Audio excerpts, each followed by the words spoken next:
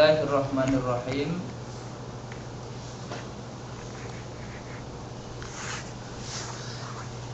Insyaallah pada malam hari ini akan sedikit kita bahaslah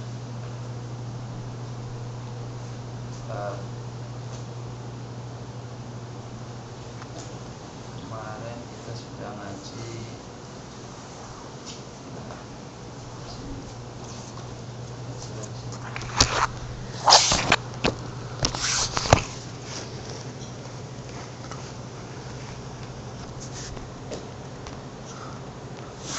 ma dzakara fi malahimir rum wa tawaturuha wa tada'al umam ala ahli Islam.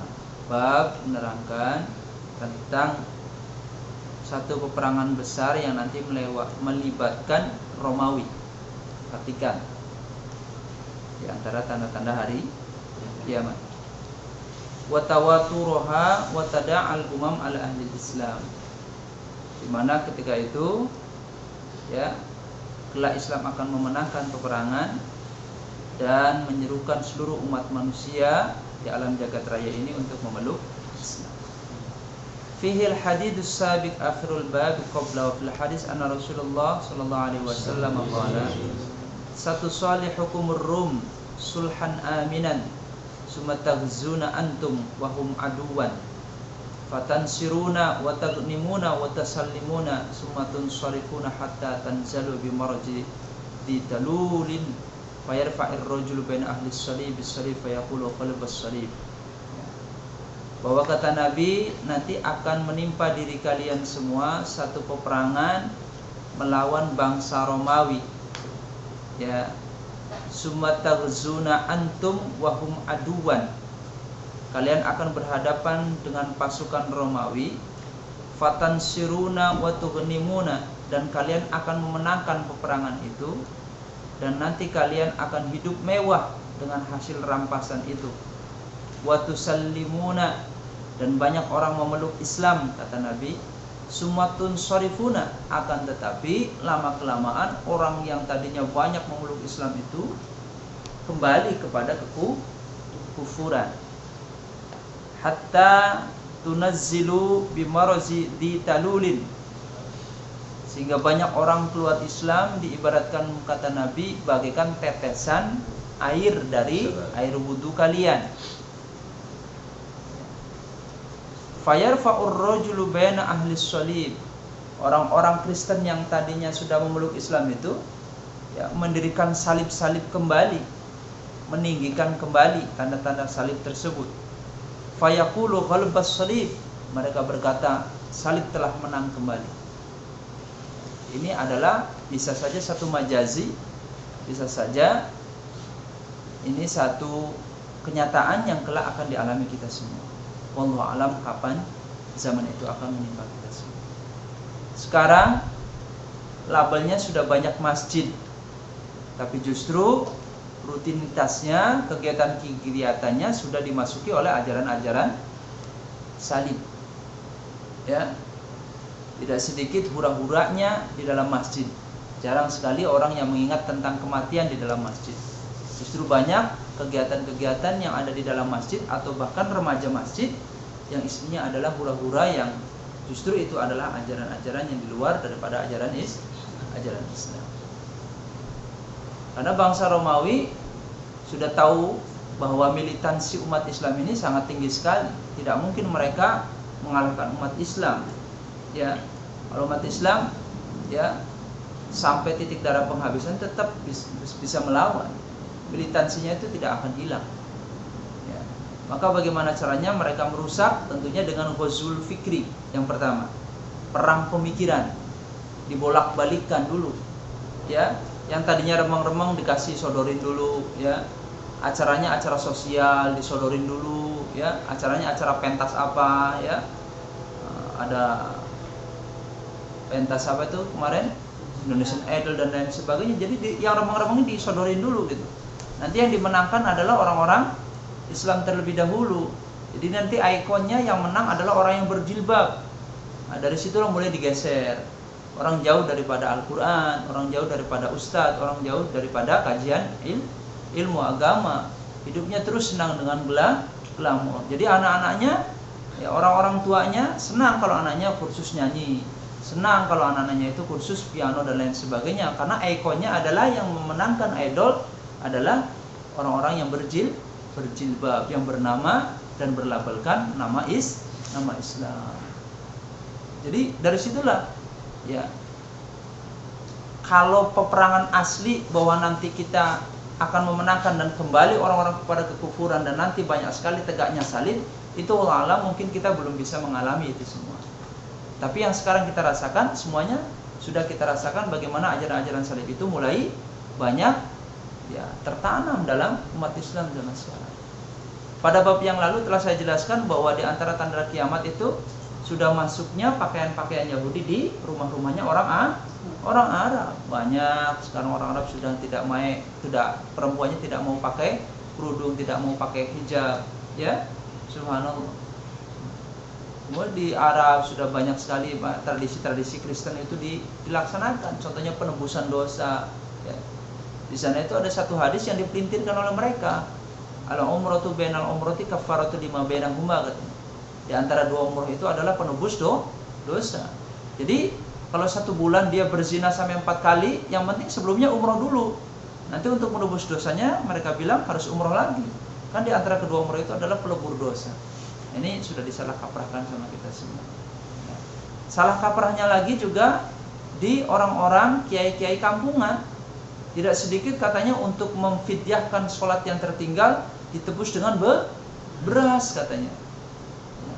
Dengan takaran untuk memberi makan satu fakir miskin. Jadi sekian tahun, sekian hari dia tinggalkan, sekian waktu sholat yang dia tinggalkan, akhirnya dia bayarkan fidyah dengan gabahnya.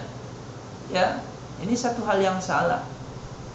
Ya, teman-teman sekalian. Padahal orang tua kita yang sudah meninggal, kalau memang sudah tertinggal sholatnya atau tidak pernah melakukan sholat ketika sakit, bisa saja si warisnya itu melakukan sholat, mengqadha atas sholat yang ditinggalkan oleh orang tuanya. Itu yang dianjurkan oleh para sahabat baginda Rasulullah SAW.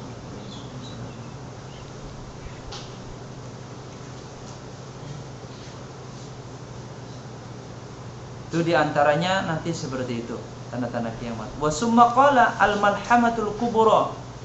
Setelah itu nanti ya para sisa-sisa umat Islam akan memerangi orang-orang Romawi tersebut. Ya, sehingga mereka membentuk satu pasukan dan terjadilah satu perang besar. Wa fathul Konstantinia wa khurujid dajjal fi sab'ati ashhur. Setelah itu nanti Konstantinopel, Eropa itu nanti akan ditundukkan kembali yang kedua kalinya. Baru setelah itu sab'ata ashhur khurujid dajjal. 7 bulan kemudian akan keluarnya dajjal. Makna 7 bulan ini mereka para ahli muhaddisin ada yang mengatakan 700 tahun, ada yang mengatakan sekitar 70 tahun, wallahu a'lam bishawab. Jadi nanti Konstantinopel ini akan ditundukkan kembali. Namun ciri-ciri bahwa Eropa ini akan ditundukkan kembali oleh Islam sudah banyak sekali. Di Jerman, di Belanda, ya, banyak distrik-distrik sudah berubah menjadi mushola dan masjid. Wa fi riwayat Ibnu Majah bainal malhami wa fathul Madinah 6 sinin. Wa khurujid dajjal fi sabi'ah. Nanti ya kata Ibnu Majah dan Imam At-Tirmidzi, setelah terjadinya perang besar tersebut, kota Madinah itu akan ditundukkan oleh orang-orang Nasrani dan Yahudi. Itu jaraknya sekitar 6 tahun setelah itu. Kemudian di tahun yang ketujuhnya khurujid dajjal fi sabi'ah. Di tahun yang ketujuhnya baru Dajjal akan dikeluarkan, akan dibebaskan oleh Allah Subhanahu wa taala. Ya. Namun dalam hadis yang lain dalam Fadailul Madinah, bab Fadailul Madinah di dalam kitab Sahih Bukhari mengatakan bahwa la yadkhulud dajjal ila syarifaini haramaini. Maksudnya Dajjal tidak bisa menyentuh terhadap 2 kota besar yang sangat mulia lagi sangat dihormati, yaitu Makkah dengan likulli babin sab'una malaikatan. Karena dalam setiap pintunya itu terjaga 70 malaikat. Baik, itu saja wabillahi rahmatullah. Kita sudah ngalap barokahnya ngumpul bersama pada malam hari ini. Mudah-mudahan Allah catat sebagai majelis zikir yang kelak bisa memberatkan kita. Ingat kata Al-Qur'an, ya, wa wudi'al kitab, ya, fataral mujrimina musyfiqina mimma fihi wa yaquluna ma li hadzal kitab la yughadiru shaghiratan wala kabiratan illa ahsaha. Nanti di hari kita dikumpulkan di hadapan Allah, itu kitab diberikan kepada kita semua, ya. Itu orang-orang yang banyak berdosa, banyak kafir kepada Allah akan berkata, "Ma li hadzal kitab?" Ini kitab apa? La yughadiru shaghiratan wala kabiratan. Mereka sangat takut sekali. Dia bilang kitab ini sudah tercatat semuanya, dari yang terkecil shaghiratan wala kabiratan, tercatat semua, illa ahsaha, tidak ada yang terlewat. Jadi apapun amal kebajikan kita di Kim Hye ini, selama kita hidup di Korea 5 tahun ini, proses perjalanan hidup kita ini, berapa banyak kebaikan Allah akan catat semuanya. Jadi yang perlu kita koreksi adalah kebaikan kita itu sudah berapa banyak dalam satu harinya. Dari zuhur sampai asar sudah berapa banyak kita zikir kepada Allah. Dalam kita megang mesin, dalam proses apa saja, seberapa banyak kita ingat sama Allah. Itulah yang akan mencatat dan memberatkan timbangan kita. Illa ahsaha, semuanya tercatat semua. Shaghiratan wala kabiratan. Semuanya, yang terkecil pun. Wa may ya'mal mithqala dzarratin khairan wa may ya'mal mithqala dzarratin syarran. Semuanya akan terlihat semua. Jadi teman-teman sekalian, jangan pernah menyepelekan satu amal kebajikan yang nilainya sedikit, kecil, ya, apapun. Menengok orang sakit, membahagiakan orang, murah senyum, ya, memberikan jalan keluar, apapun itu adalah satu nilai kebaikan yang tercatat oleh Raqib. Dan ingat tadi, ya, satu kitab, ya, la yughadiru shaghiratan wala kabiratan, tidak terlewatkan amal kebajikan atau keburukan yang kecil ataupun yang besar, semuanya akan diperlihatkan di hadapan kita semua. Itu saja, mudah-mudahan ada manfaatnya. Mari kita tutup dengan kafaratul majlis.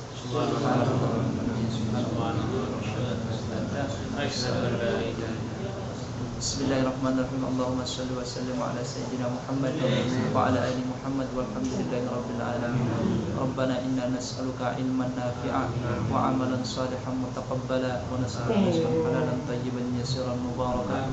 Allahumma alhimna ilman nafqahu bihi awamirak wa nawahika warzuqna bihi fahman nabiyyin wa hifdzal mursalin wa ilhamal malaikatal muqarrabin bi rahmatika ya arhamar rahimin. Walhamdulillahi rabbil alamin.